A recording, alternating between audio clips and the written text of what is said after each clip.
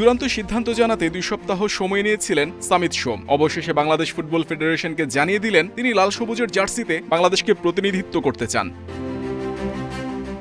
হামজা চৌধুরীর আলোড়ন তোলা অভিষেকের পর এবার আরেক প্রবাসী ফুটবলার বাংলাদেশের হয়ে খেলার দ্বারপ্রান্তে। কানাডা জাতীয় দলের হয়ে খেলা মিডফিল্ডার সামিত সোম লাল সবুজ জার্সিতে খেলার অপেক্ষায়। সব ঠিক থাকলে জুনেই সিঙ্গাপুর ম্যাচে অভিষেক হতে পারে সামিতের। 27 বছর বয়সী সামিত সোমের জন্ম ও বেড়ে ওঠা কানাডাতেই, তবে তার বাবা মা দুজনেই বাংলাদেশি। সিলেট অঞ্চলের মানুষ সোম ও নন্দিতা সোম কানাডায় প্রবাসী হওয়ার পর সেখানেই সামিতের জন্ম। বর্তমানে তিনি কানাডা প্রিমিয়ার লিগের দল ক্যাভালরি এফসির হয়ে খেলছেন।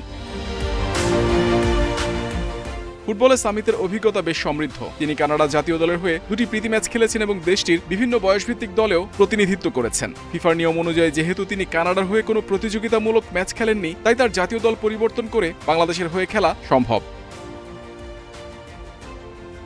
সামিতকে বাংলাদেশের জার্সিতে খেলানোর প্রক্রিয়া ইতিমধ্যেই শুরু হয়েছে। বাফুফে আশাবাদী শিগগিরই এই প্রবাসী মিডফিল্ডারকে দলে পেতে। সব প্রক্রিয়া সম্পন্ন হলে সিঙ্গাপুরের বিপক্ষে সামিতকে অভিষেক করানোর কথা ভাবছে ফুটবল ফেডারেশন। এবং আমরা আশা করি ইনশাআল্লাহ definitely খেলাতে ওনাকে পাবো। and I think it's a great another very big news for Bangladesh football and the fans of football. আমি সবাইকে ধন্যবাদ জানাতে চাই, স্পেশালি ফ্যান্সদেরকে যারা সবসময় আমাদেরকে এনকারেজ করেছে তাদের মতো স্টার প্লেয়ারদের আনার জন্য। এবং আমি ইন পার্টিকুলার সমিত সোম এবং তার ফ্যামিলিকে ধন্যবাদ জানাতে চাই, বিকজ উনি বারবার আমাকে বলেছিল যে হি নিডেড ফ্যামিলি কনসেন্ট। তো আমার মনে হয় যে আপনি ফ্যামিলির কনসেন্ট পেয়েছে।